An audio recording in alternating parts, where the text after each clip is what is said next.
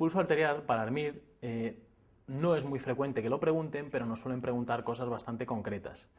Los pulsos arteriales, si uno no tiene tiempo, lo mejor que puede hacer es aprenderse de memoria el tipo de pulso, asociarlo a una patología, pero es interesante que sepáis qué tipo de pulso se produce con cada patología y sobre todo que diferenciemos algunos grupos de pulsos que se parecen y que no tienen mucho que ver. Lo primero que vamos a hacer es recordar los pulsos más importantes que debéis conocer. Podemos englobar un grupo de pulsos que son todos muy similares, que son el pulso Magnus, hipercinético,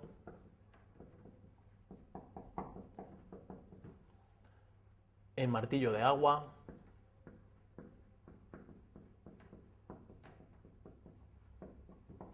también llamado Zeller. No es difícil pensar lo que sucede con un pulso de este tipo. Los nombres nos lo indican. Magnus, Zeller.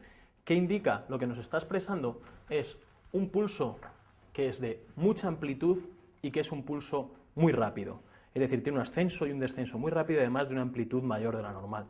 ¿Cómo puede suceder esto? Solo puede suceder en situaciones en las cuales el ventrículo izquierdo mande mucha sangre hacia la aorta o bien que haya bajas resistencias periféricas o las dos cosas juntas. Las situaciones que no son un problema de corazón y que producen este tipo de pulso son las situaciones hipercinéticas, las situaciones hiperdinámicas. La anemia, la fiebre, las fístulas arteriovenosas, el embarazo, todas estas situaciones hacen que la sangre circule muy deprisa y por tanto el ventrículo izquierdo se contrae también contra resistencias bajas, como ocurriría también en una sepsis, y eso nos va a dar un pulso Zeller, un pulso Magnus, un pulso hipercinético. Problemas de corazón. La más llamativa para tener un pulso Magnus es la insuficiencia aórtica severa. Pensad que el ventrículo izquierdo está muy lleno por lo que le viene desde la aurícula izquierda, más lo que le viene desde la aorta por el flujo que regurgita en la insuficiencia. Por tanto, tenemos un ventrículo muy lleno, con mucha precarga, y que por la ley de Frank-Starling, cuanta más precarga, más contractilidad, más fuerza hace ese corazón, por tanto hace un pulso de mucha amplitud y un pulso muy rápido. Todo lo contrario ocurre con el llamado pulso parvus tardus. Este pulso, el nombre lo dice, es un pulso pequeño y que además es más prolongado. Debéis asociarlo siempre a la estenosis aórtica. La estenosis aórtica es una obstrucción fija a la salida del ventrículo izquierdo. Cuando esa obstrucción es muy importante, cuando la estenosis es severa, ¿qué ocurre? Que el ventrículo izquierdo, por mucha fuerza que tenga, no va a poder superar bien esa obstrucción y nunca vamos a tener un pulso de amplitud normal. Por eso es pequeño, es parvus. ¿Cómo compensa el corazón si no puede hacer una amplitud normal? Alargando la sístole. Alargando la sístole tenemos el pulso tardus. Parvus tardus, estenosis aórtica severa. No podéis confundir dos grupos de pulsos que son muy semejantes y que no tienen nada que ver. Son, por un lado, el bisferiens con el dícroto. El pulso bisferiens tiene dos ondas del pulso que son sistólicas, dos ondas sistólicas y una diastólica. ¿Cómo ocurre esto? Esto ocurre solo en dos patologías, en la insuficiencia aórtica severa y en la miocardiopatía hipertrófica obstructiva. ¿Qué pasa en la insuficiencia aórtica severa? Recordad que la aorta, la arteria aorta, es elástica. Todo cuerpo elástico, cuando yo lo distiendo, lo que hace como un muelle, cuando yo estiro de ese muelle, el muelle tiende a retraerse. En la aorta pasa igual. Si yo tengo un ventrículo izquierdo muy lleno, que se contrae muy fuerte, lo que ocurre es que manda mucha sangre a esa aorta. Lo que pasa es que distiende la aorta. Entonces empezaría a mandar ese volumen de sangre y cuando la aorta reacciona y se contrae, nos daría el primer pico sistólico del pulso bisferiens. ¿Qué ocurre? Que enseguida el ventrículo supera esa resistencia elástica que tiene la aorta y daría el segundo pico sistólico. Ese es el pulso bisferiens de la insuficiencia aórtica. ¿Qué pasa con la miocardiopatía hipertrófica obstructiva? Es un corazón con mucho músculo que se contrae muy fuerte. Se empieza a contraer en la sístole, vamos teniendo la ascensión del pulso, pero ¿qué ocurre? Acordaos que el septo, el tabique, obstruye la salida del ventrículo izquierdo. Al obstruir tenemos ese primer pico sistólico, pero enseguida el ventrículo izquierdo supera esa obstrucción y tenemos la segunda onda del pulso bisferiens que ocurre en la miocardiopatía hipertrófica obstructiva. Nada que ver con el pulso dícroto. El pulso dícroto ocurre en corazones con muy mala contractilidad. Son corazones que no pueden hacer una onda sistólica muy llamativa. Lo que ocurre es que el ascenso es muy pequeño y lo que se marca mucho es la muesca dícrota del pulso. La muesca dícrota es el cierre de la válvula aórtica. En condiciones normales, si tenemos una onda sistólica grande, normal, la muesca dícrota no se percibe mucho, pero si mi corazón se contrae mal, no puedo hacer una onda sistólica grande y se marca mucho esa onda que hace la válvula aórtica cuando se cierra.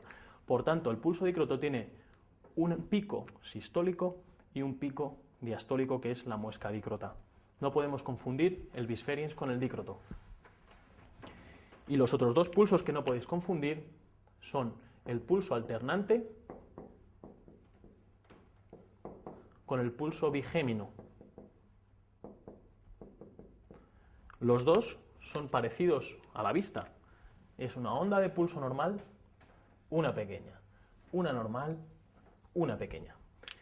¿Qué ocurre con el pulso alternante? El pulso alternante ocurre en corazones insuficientes, en corazones que tienen disfunción sistólica. ¿Qué sucede? Cuando el corazón se contrae poco, lógicamente va a dar una onda de pulso pequeña. En ese ciclo cardíaco, como se ha expulsado poca sangre, queda mucho volumen telesistólico. En el siguiente ciclo, con el retorno venoso, llega la sangre hacia el ventrículo izquierdo y lo llena mucho más. La sangre que tenía más la que le vuelve. Es un ventrículo con más precarga, está más lleno, por tanto, por la ley de Frank-Starling, se contrae mejor. Al contraerse mejor, da una onda de sístole, una onda de pulso normal. Se vacía mucho más y empieza a hacerse el ciclo. Se llena lo normal, se contrae mal, onda de pulso pequeña, y así sucesivamente. El pulso bigémino no tiene nada que ver, el aspecto es el mismo. Lo que sucede aquí es que el corazón es normal, se contrae bien, pero tiene un problema eléctrico. El ritmo cardíaco está gobernado por lo que llamamos bigeminismo. Bigeminismo ventricular. ¿Qué sucede? Que tenemos un latido sinusal y un extrasístole ventricular. Un latido sinusal y un extrasístole ventricular. ¿Con esto qué sucede? Si mi corazón es normal y me viene un latido normal, un estímulo normal, mi pulso es normal. Los extrasístoles son latidos que vienen antes de la cuenta. ¿Qué es lo que sucedería? Yo tengo mi onda de pulso normal porque mi estímulo ha sido normal, el ventrículo se empieza a llenar, pero le viene un latido antes de la cuenta, con lo cual me lleno menos. Al llenarme menos, menos precarga, menos fuerza, pulso más pequeño. Y así sucesivamente. Por último, el pulso más importante de todos es el pulso paradójico. Es el más importante porque es el que más nos han preguntado en el MIR. El pulso paradójico supone exagerar algo que nos ocurre a todos. El pulso paradójico nos dice que con la inspiración cae la presión arterial sistólica en más de 10 milímetros de mercurio. ¿Qué es lo que nos pasa a todos en condiciones normales? Pensad que el septo interventricular lo comparten el ventrículo derecho y el ventrículo izquierdo. A todos, cuando inspiramos, lo que estamos haciendo es sobrecargar el ventrículo derecho. ¿Qué es lo que hace ese ventrículo derecho para adaptarse a ese volumen de sangre? Se tiene que expandir. Se expande hacia afuera, pero también hacia adentro, y empuja el tabique. Al empujar el tabique, el ventrículo izquierdo se llena menos. Como se llena menos, menos precarga, menos fuerza, y la tensión arterial a todos nos puede caer un poco con la inspiración, pero eso no suele ser más de 5 milímetros de mercurio o incluso ni se percibe. El pulso paradójico, la patología más característica que lo produce es el taponamiento cardíaco. El taponamiento cardíaco, tenemos un saco pericárdico lleno de líquido que está comprimiendo el corazón. ¿Qué pasa aquí? Que cuando yo inspiro, intento meter toda esa sangre en el ventrículo derecho, hacia afuera no puede, y lo que hace es empujar completamente el septo hacia el ventrículo izquierdo. Ahora limitamos mucho el llenado del ventrículo izquierdo y su sístole va a ser más pobre porque tiene mucha menos precarga y cae la presión arterial sistólica por debajo de 10 milímetros de mercurio. Por supuesto que el pulso paradójico no es exclusivo para nada del taponamiento cardíaco. Hay otras patologías que lo tienen y siempre hay que pensar en patologías que tengan comprometido el llenado del ventrículo derecho o bien patologías que lo que hagan es sobrecargar mucho ese ventrículo derecho. Por ejemplo, un asmático severo, un EPOC severo o un tromboembolismo pulmonar severo, la clínica es de una disnea muy súbita y muy importante. Con esa disnea tan importante estamos haciendo mucho trabajo respiratorio, mucha presión negativa y mucha sobrecarga de volumen hacia las cavidades derechas, con lo cual podemos desplazar mucho el tabique y tener un pulso paradójico sin que sea un problema de corazón. Si nos vamos a las respuestas, el pulso parvus suele indicar un gasto cardíaco elevado o resistencias periféricas disminuidas, eso es falso. Un pulso parvus tiene que ser todo lo contrario. El correcto es el 2, el bisferiens es típico de la insuficiencia aórtica severa o bien de la miocardiopatía hipertrófica obstructiva. La 3 es falsa, porque el pulso magnus no puede ser característico de situaciones hipovolémicas, todo lo contrario, es un pulso muy grande. El pulso dícroto, como sabéis, no puede ser fisiológico y mucho menos en la edad pediátrica. Los niños tendrán un pulso Zeller, un pulso muy grande y muy rápido. Y el paradójico, como hemos dicho, no es exclusivo del taponamiento cardíaco.